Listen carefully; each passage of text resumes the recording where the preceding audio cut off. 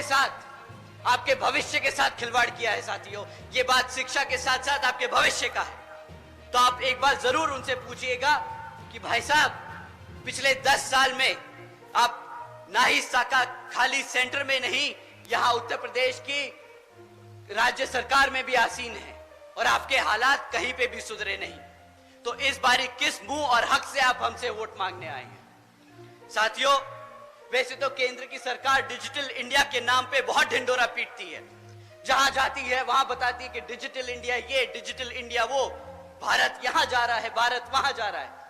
पर हकीकत तो ये है साथियों कि आज 65% से ज्यादा स्कूलों में आज एक कंप्यूटर तक नहीं है। आप बोलते हैं कि हम डिजिटल इंडिया बनाएंगे, हम बच्चों को एआई के बारे में सिखाएंगे, हम उन्हें सॉफ्टवेयर डेवलपर्स बनाएंगे। कैसे बनाएंगे? आप सरकारी स्कूलों में एक कंप्यूटर नहीं दे सकते।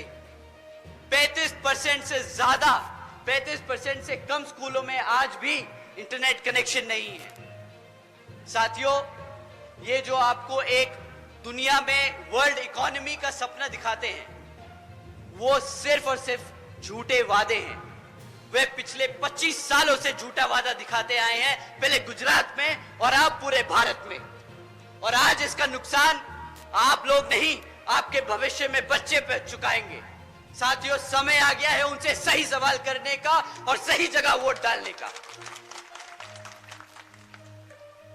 साथियों, जो बच्चे किसी तरह ग्रेजुएशन तक पहुंच गए, क्योंकि सरकारी स्कूल से निकल के पढ़ने में तो बहुत तकलीफ, कोई बच्चा अगर प्राइवेट स्कूल से निकल जाए, ग्रेजुएशन कर ले, पीएचडी कर ले, तो उसके लिए अब रोजगार के मौके नहीं।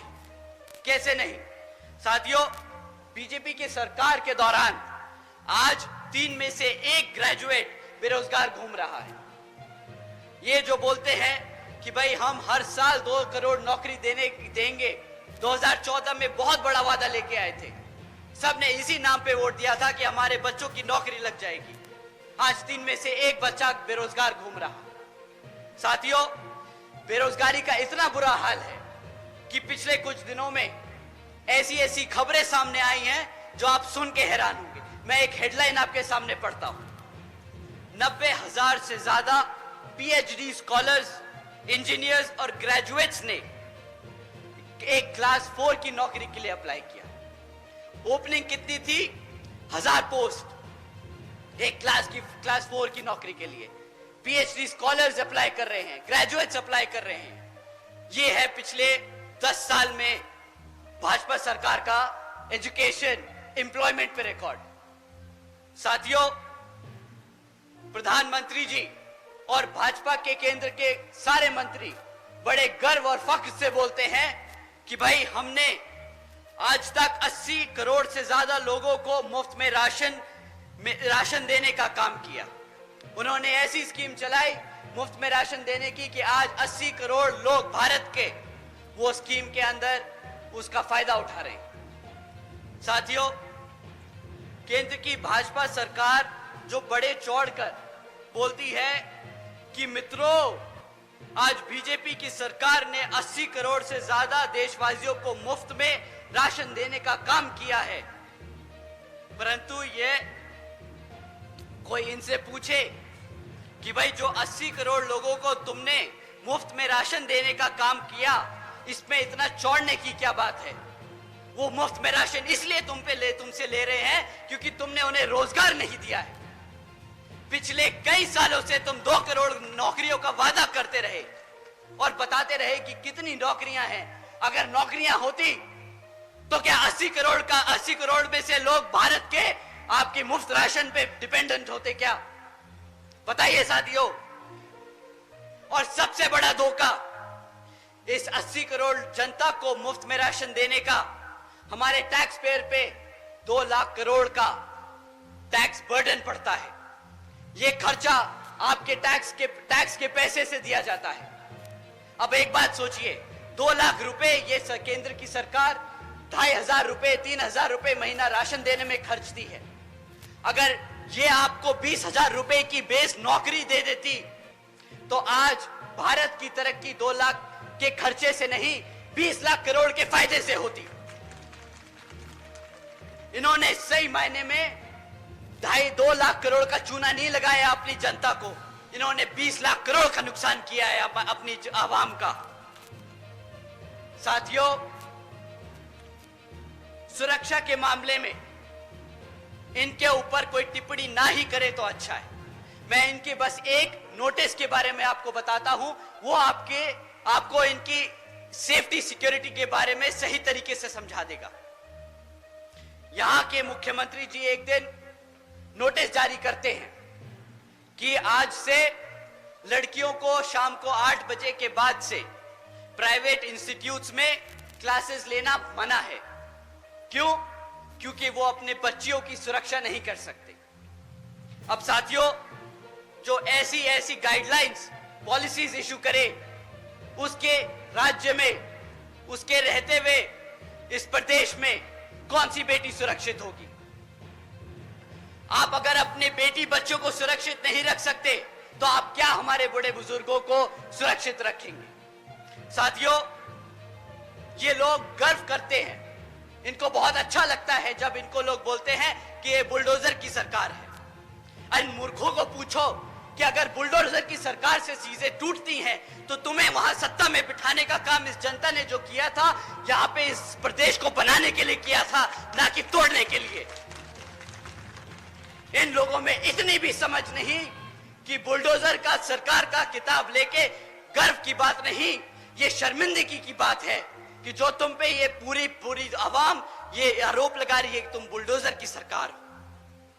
साथियों, इनकी फाइनेंशियल विजडम, इनकी अंडरस्टैंडिंग ऑफ फाइनेंशियल नॉलेज, ये कितने अच्छे हैं भारत के व्यापार में, ये मैं आपको एक और स्टेटस, एक फैक्ट के बारे में एक फैक्ट बताता हूं और उससे ज्यादा मैं उस पर कुछ नहीं कहूंगा। साथियों, जब केंद्र की सरकार में भाजपा आसीन हुई थी तो केंद्र की सरकार पे 58,60,000 करोड़ का कर्जा था। आज 2024 में ये 58,60,000 करोड़ का कर्जा बढ़कर आज 152 लाख करोड़ हो चुका है। इतनी ही अच्छी इनकी फाइनेंशियल नॉलेज है, इतना ही अच्छा इनका बिजनेस सेंस है। ये इंडिया को भारत देश में एक लार्जेस्ट $5 ट्रिलियन इकोनॉमी की बात करते हैं। अगर कर्जे पे चौड़ना है तो भाई साहब, हमें ऐसी सरकार और ऐसा चौड़ नहीं चाहिए। हम चाहते हैं कि हमारे बच्चे को रोजगार मिले, हम चाहते हैं कि हमारा बच्चा हमारे घर में पैसा लेके आए और बोले कि माँ, तेरे को बाहर सरकार के फ्री खाने राशन की स्कीम पे जरूरत नहीं है, मैं तेरे लिए कमा सकता हूं। इन्होंने साथियों हर स्तर पे आपके साथ धोखा किया है और अब आपका समय आ गया है इनसे सवाल करने का कि भाई किस तरीके से तुम सरकार चलाते आए हो। अब समय आ गया है इनको इनकी हरकतों के लिए अकाउंटेबल होल्ड करने का। साथियों, ये लोग पिछले 10 साल से आपके साथ हैं, ये 10 साल से आप पे राज करते आए हैं और आज भी जब ये आपके बीच में आएंगे तो अगले 15 साल का सपना दिखाएंगे। ये अपना पिछले 10 साल का रिपोर्ट कार्ड नहीं देंगे आपको। साथियों, मैं बहन जी का गवर्नेंस मॉडल आपके सामने रखता हूं। हम 2007 में सत्ता में आए थे और हम 2012 तक सत्ता में थे, पर आज भी बहन जी के ऊपर से गाइडलाइंस है कि आप आगे आने वाले 5 साल के लिए क्या करेंगे वो नहीं बताएंगे। आपने पिछले 5 साल में क्या किया आप वो बताएंगे। जनता को पता होना चाहिए कि आपकी कार्यशैली कितनी मजबूत है, वो आपके भरोसे पे वोट दे, आपके काम पे वोट दे। तो साथियों, मैं आपके सामने बहन जी के कुछ काम आपके सामने रखता हूं और आप ही डिसाइड करना कि आपके लिए, आपके बच्चों के लिए सही नेता कौन है। बहन जी के गवर्नेंस मॉडल के तहत साथियों, बसपा की सरकार ने महामाया गरीब बालिका आशीर्वाद योजना चलाई थी, जिसके तहत 3,25,000 बच्चियों को 1-1 लाख रुपए देने का बहन जी ने काम किया था। साथियों, बहन जी ने अपनी सरकार में 3,250 करोड़ रुपए अपनी बच्चियों को 1-1 लाख रुपए देने का काम किया जब वो पैदा हुई, ताकि जब वो 18 साल की हो तो उनको अपने माँ बाप या अपने किसी भाई बहन पे डिपेंड ना होना पड़े, वो अपने पैरों पर खड़ी हो सके। देश में पहली बार पैदा होते ही बच्ची एक लखपति बनी थी बहन जी के शासनकाल में।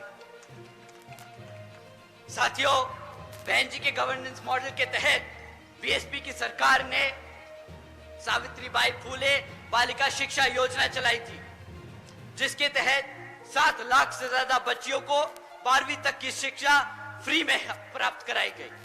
यहां पे बहन जी ने फ्री में राशन नहीं बांटा, यहां पे बहन जी ने फ्री में शिक्षा बांटी है। आप सब जानते होंगे बाबा साहब क्या कहते थे। बाबा साहब कहते थे, अगर कोई शिक्षा प्राप्त कर ले, शिक्षा क्या होती है?